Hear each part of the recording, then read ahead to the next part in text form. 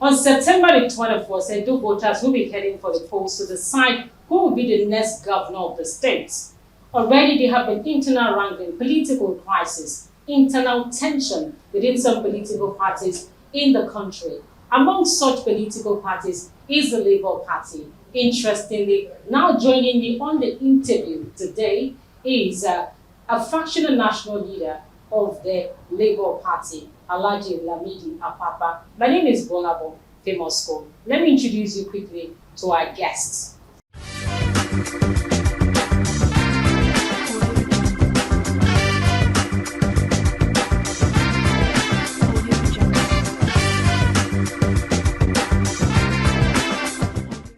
Now joining me is the fractional leader of the Labour Party, Alhaji Lamidi Apapa, who is going to delve into some of the political crisis, internal wrangling within the party. It's great to have you join us on this interview, sir. Thank you so much. All right, let me start off with what is going on within your political party. It's quite interesting that we see so much dimensions to all of this. Then I want to start off with that of Abure's claims and what happened in Edo State recently. We saw crisis, we saw people being beaten up, and now it's being believed that these are people who are loyal to you, who actually strayed and do certain things that is not expected of your political party. And from what Abure is saying, who is also claiming to be the national leader of your party, in terms of national chairman of your party, he's insisting that you don't have any right to screen any candidate for Edo elections. Can you let us into some of these instances that has been going on within your political party? Thank you so much. Let me start by correcting the statement at the beginning. The word fractional national chairman is not correct. I've been telling everybody that I'm the acting national chairman of the party. In absence of Aburi, I'm acting in the capacity of national chairman. For how long do you act? The issue of acting, that you think, when we took over, we thought that tenure will not be more than 6 months. And right from that period to today, we have been moving from one court case to the other.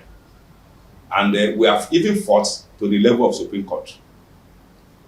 And apart from the Supreme Court, where the INEC refused to upload my name, there's another case in court at Federal High Court now, asking the Federal High Court to interpret or to compel INEC to do the needful. Because all the judgment we've been having in the past, each time we have a judgment, a copy is sent to the INEC, and they acknowledge it up to the Supreme level. And all these judgments were given in our favor. So we are surprised that up to today, my name has not been uploaded. And the other executives. Now the case is coming up on the 11th. Today, as of today, if you have time to go through all the judgments. You said the case is coming up on the 11th. That is for the Federal High Court. Okay. What case is that? That case is we have taken INEC to court. Okay. That it is the duty of INEC to have uploaded my name as national chairman of the party. And because of their refusal to do that, and because we believe in the rule of law, otherwise we will have gone elsewhere and begin to create confusion. Do you have the right to screen candidates? Yes, we have. I have the right. For the governorship election? Yes, I have the right. Let me go through some of the things Abure said. Abure said, as a matter of fact, that there was an interim court order from the FCTI court that actually said you could be, according to him, the substantive acting national chairman of the party. But he said there is another court judgment from the Supreme Court that has overridden that particular judgment, and that is no longer subsisting. In that instance, doesn't it have jeopardized your national chairmanship or acting national That chairmanship? statement is not correct at all. That statement is not correct. No other Supreme Court judgment has taken place. I have all the judgments here. I can give you hard copies. Okay. And I want you to produce that Supreme Court judgment that nullified my leadership. That is not correct.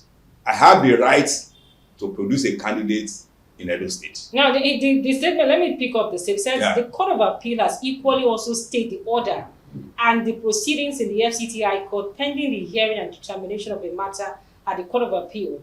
Now, if you look at all of these instances, how many cases do you have in terms of your leadership tussle in Labour Party between you and Abure? This appears to be so many cases. Well, it's because Abure doesn't behave like a lawyer. A lawyer is expected to obey the court orders.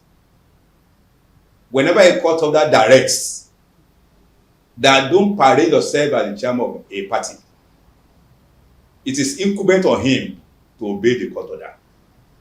And since he failed to do that, all other cases that we have gone through, the judgments were given in our favor. Up to today, no other court order has invalidated that registration order. But that is your word against it. He's claiming that there is a Supreme Court judgment. I said it's not true. It is not true. Ask him to produce that document. I have the document I'm going to give to you. The documents are here. Right from the Federal Court to the Supreme Court level. The judgments were given in our favor. If he's able to produce any document, please accept it. And invite me again. I am available. He's a liar. It is not true. And the issue of whether there's an appeal court, once you have been asked to comply, you cannot go to any court and fail to comply with the current one. He has never complied. He has never complied. And his own matter is not an issue of civil matter. It's a criminal charge. I have told the whole world that what he did is a criminal. And I'm saying it on here. He's a criminal. For somebody to have forged court documents. But those are some of the allegations. This is very speculative. It's not speculative. I have said it. I am saying it on here now. Let him deny it. That he forged. What is this forgery all about? Yes. Let me start again. Now, at the beginning, the nomination form of a governorship candidate in Ebonyi State, that document, the letter of withdrawal, was forged. The man never withdrew, but his name was forged. They wrote a letter of withdrawal in his name, whereas he never did that. And this was investigated up to the level. Who investigated? The police investigated it. And not only that, the court document that was used again, that and after that was won by the candidate, it was also false. So the court also wrote to the police that this letter did not emanate from the court. These are the issues. And the court said, for a person of this caliber to have behaved this way, is supposed, if they even allow him to be in the community, somebody at that level should not be in the mix of people. At that level, forging people's documents. Now, when you talk about forging, what I'm saying now, if he denies it, okay, invite both of us. Now, this particular document, what is this document representing? Is it a document that is supposed to emanate from the court or the political party? Now, because you are not used to it, the nomination form of a candidate, of a Labour Party candidate, governorship candidate in Ebonyi, the normal thing is that you fill a form, you send it to the party, it will be sent to the INEC. And once that is done, INEC will upload the candidate's name. The candidate is expecting that his name will be uploaded. And at the end of the day, another candidate's name was found. Won't that linger for long? Now, you're supposed to have your primary elections this February. We'll be doing it. Everybody will be doing his own. We'll be doing our own. 24th. We'll be doing now, if you and Abure decides to say you're having different candidates, now how does that work for an INEC?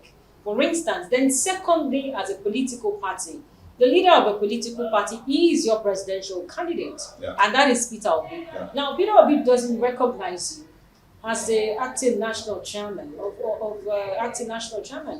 Labour Party. What happens in that regard? I didn't want to touch Obi, but since you have touched it, I will say something about him. I keep on telling the whole world that we are just lucky that we don't have him as our president. This is because this is a man who denied me openly that he has never seen me in life. I keep on telling people. Why do you think you want to do that? I'm just telling you, this is a question you have put before me. That if a person like that can deny his deputy national chairman that he has never seen me, did he deserve any respect? Did this deserve to be given any respect as far as the party is concerned? The city arrangement at our meetings, the chairman of the party, Obi and myself. If it means say you just once now, will I see you and say I don't know you again? And all the campaigns he did, especially in the Southwest, I led the team of those that welcomed him, including Apapa University. And this is a man who has the audacity to say he has never seen me. Have you been expelled from the party? Nobody expelled me. Since I joined the party, nobody has expelled me. Nobody has even queried me. Talk less of expulsion. So when he now said he has never seen me, I told him the whole world is a liar. And I'm saying it openly again, that Obi is a liar. I told the whole world is a liar. Now, if you are not in... Now, why I'm saying that is whether he's a presidential candidate or not, he's not the owner of the party. The party belongs to all Nigerians. Labour Party is not for Obi. Obi met us in the party. I've been in the party over 20 years before he came. What gave him the authority to say he's the owner of the party? Being the presidential candidate doesn't mean that give you the wherewithal to do the way with anything you want. He's just a presidential candidate. He was just 6 months old in the party when I was over 20 years old in the party. Apart from the money that he has, what does he have that I don't have? I am saying today we are lucky not to have Obi as our president. Your own presidential candidate? Yes. Presidential candidate? Yes. Now, is that not the reason why many people feel that you're working for another political party while you're still holding on to the fact that you are the national chairman? Why I'm saying is this. People thought you're working for people can say that. Those who are ignorant. Asiwaju is not a new man in politics. If I've been in the politics for the past 20 years, why did I not go to APC? Why did I remain in Labour Party? Is it Asiwaju that I'm serving or I'm serving Labour Party? Did I not work for Obi? Well, how would you react to the allegations of being a mole? I have told the whole world that if anybody has any evidence, they can bring it. Up to today, they have not given anyone. They say I collected fire. I say bring your evidence. If you don't have evidence, you better keep quiet. I've told them. I even told Obi. The day I went to appeal court, they say I collected money from Asiwaju. Bring evidence. They say I wanted to withdraw case from the court. I did not withdraw the case. I have never attempted. Did he win the case? Somebody who has no respect for the rule of law and is claiming to be superior. He behaved as if I was innocent. I didn't want to touch him at all. But since you have mentioned that, I must mention it. I'm in Nigeria. Still talking about Obi, what is the fate of Obi in the next elections? Because obviously Obi still plans to come out to become the president of the country. And he's looking at after 4 years, he would also want to come out to be part of the campaign process to become a president of the country. Are you saying, as a matter of fact, that he will not be welcome under the platform of the Labour Party? Well, 2027 is in the hand of God. Nobody has it absolutely that by 2027 you will be alive, including Obi. So let's leave that in 2027 to decide. That period will determine who becomes the presidential candidate. Whether Obi or somebody else, I don't know. But nobody can determine that as of today, including Obi. Now, the focus is Edo State.